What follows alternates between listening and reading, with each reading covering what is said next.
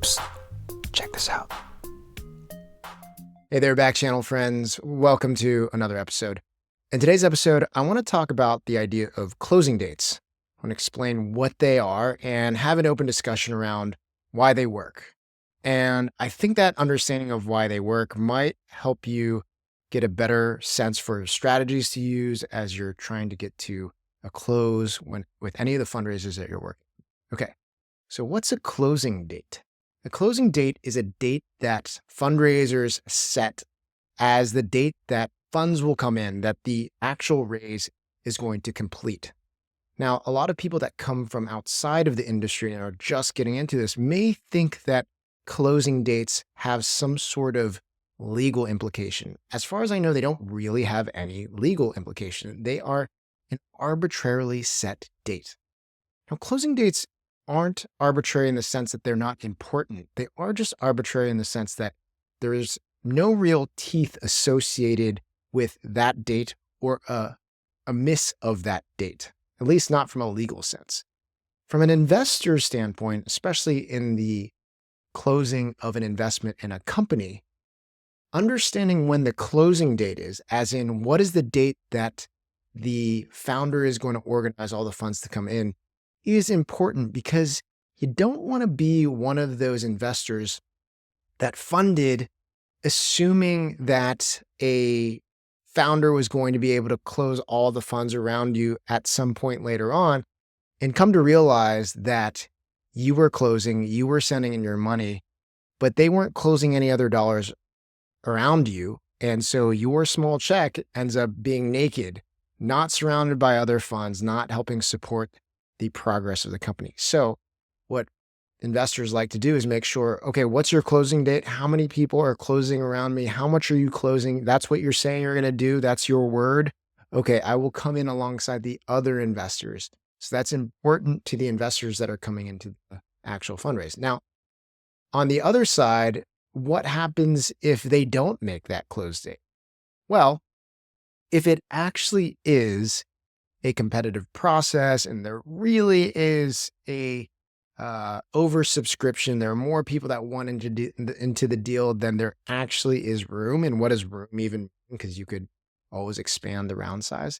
But if it is actually the case that we're setting it at $5 million, not a penny more, and you are supposed to fund by a certain date and you don't close by a certain date, one of the repercussions, hypothetically, is that you miss the date and the founder is like, nope, you can no longer invest. We're not going to accept your money.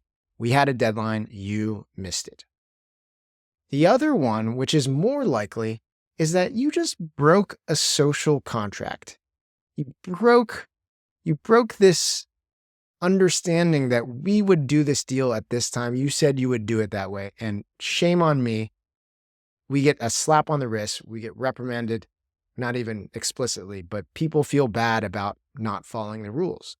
So the closing date has that bit of a repercussion if you don't miss it. Now, the first one likely won't happen. And the second one is such a soft thing that, like, why do you think that would actually ever matter? Well, it does.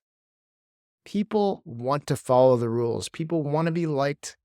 People want to be thought of as somebody that is supportive and isn't messing up a flow of a fundraise.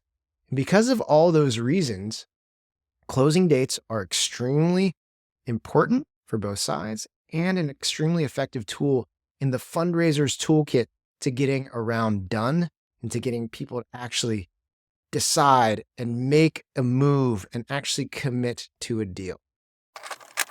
There are a ton of easy to make mistakes when growing a startup. I feel like I've either made them all myself or seen them all as an advisor and investor. One super common one is waiting too long to bring in expert help around managing company finances. I get why that happens though. You're not a tiny company anymore, but you feel like you're not big enough to have an in-house finance team and don't want to waste money. My advice to you is to avoid the mistake of just winging it. This is not a time to fake it till you make it. At least talk to someone early so that you can hear about how the additional help could actually save you money and improve your operations.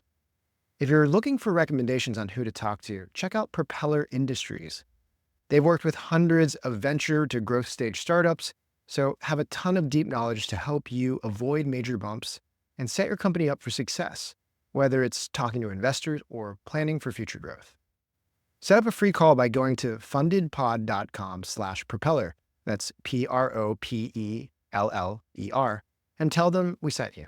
They're giving Funded listeners a one-time $2,500 new client credit if you work with them for 3 months.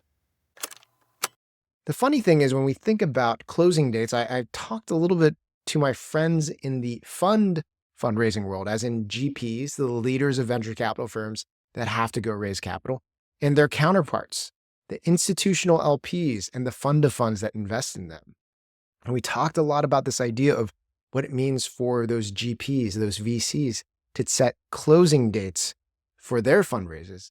In those situations, it's very funny in that, like, they will set a first close, as in a date where not the whole amount of the fund comes in, but we're expecting a portion of the funds to come in. And when we think about a first close, we'll think about it as like 25% of the total target fund size. So if we're, raising a $100 million fund, our first close is at $25 million. There's still $75 million to go.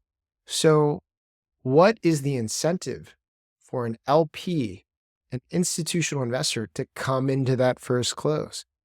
It's just an organizing structure that helps people that are close to wanting to do the deal to be pushed in with other people, herded like cattle, and actually invest their money.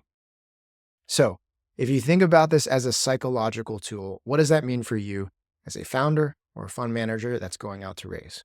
Well, you gotta use it as a structure that shows people that you mean business, that there are other people around the table who are going to conform, who are excited to do the deal, and who you will think highly of if they meet this criteria and follow the rules. And so that might feel very soft, but as you communicate to investors who are hanging around the hoop, you're going to say, hey, we're expecting our close to be on this date. We're going to get all of the commitments in beforehand. Let us know if you have any open questions. If you are in or are out or need us to provide anything else, we want to have full commitments in a week before the final close, and the final close will be on January 27th. That's the kind of communication that helps drive VCs who are hanging around the hoop thinking about your deal to finally shit or get off the pot. At the end of the day, that's what it's all about. It's about knowing that someone could walk away as you set that structure in place, but that you're okay with it. And when an interested investor feels that, they will say, you know what? This person knows that they're going to get this money in. I'm only one check out of a number of opportunities. I want to be part of this deal. I'm in. So hopefully that helps clarify a bunch of things. I bet you a lot of you thought that a closing date was a legal structure, maybe a document associated with that. It's not. It's a psychological tool that a lot of you need to be using better in the way you raise capital. All right. Until next time, I'll see you on the back channel.